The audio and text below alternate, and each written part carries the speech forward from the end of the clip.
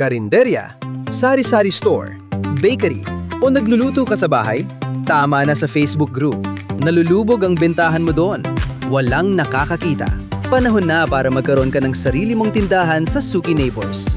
Sariling online store mo para sa community mo lang. May picture, may presyo, may order button. Isang pindot lang ng kapitbahay mo, order na. Delivery o pickup, sila ang pipili. Bayad? Diretso sa'yo. At hindi ka na rin mauubusan ng gamit sa tindahan. May sarili kang storefront. Naka-notify ang mga suki mo sa bawat bagong luto o bagong item.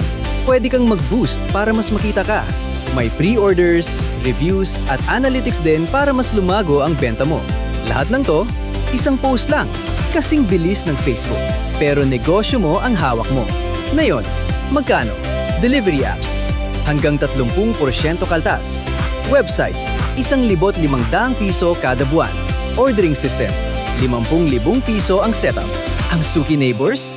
Zero. Libre. Walang bayad. Walang komisyon. Walang monthly. Ang kita mo, sa'yo lahat. So tara na.